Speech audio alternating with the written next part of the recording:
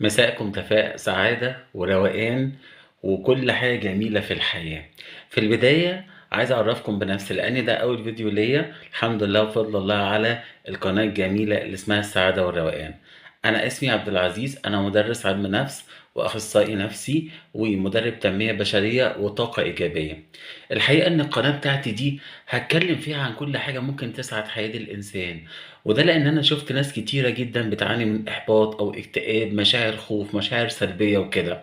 فالقناة دي لو أنت بجد بتفكّر إزاي تعيش سعيد ورايق ومستمتع وعندك طول الوقت مشاعر جميلة، وعايز تحقق أهدافك، تابع بجد القناة دي.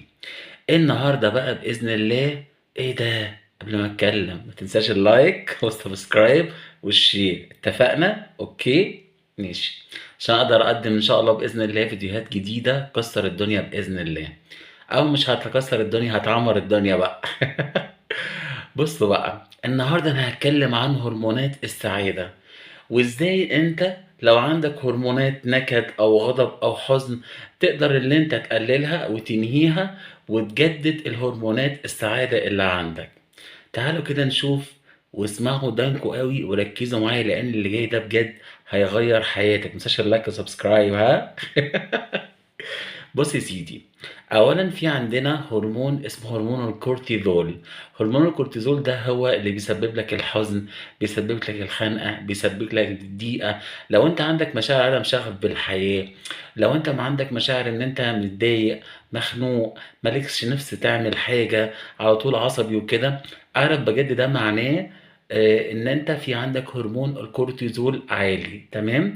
طَب أنت دلوقتي عشان تقلل هرمون الكورتيزول ده إيه؟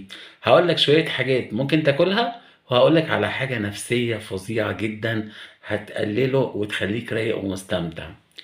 أول حاجة عندنا مجموعة أكلات لو أنت كلتها بجد بتقلل هرمون الكورتيزول، زي إيه؟ الخضار، أي حاجة فيها خضار، الحاجات اللي فيها بوتاسيوم زي مثلًا التمر مثلًا أو الحاجات دي، عندك الdark chocolate دي برضه بتقلل الكورتيزول، وحاجة جميلة جدًا، جدًا، جدًا أنا باعشقها، مشروب كده عامل زي النعناع اسمه البابونج، ده أنت بتغليه بس ما تحطش سكر بقى لو عندك عسل أو حاجة، لأن السكر بيعلي الكورتيزول ها.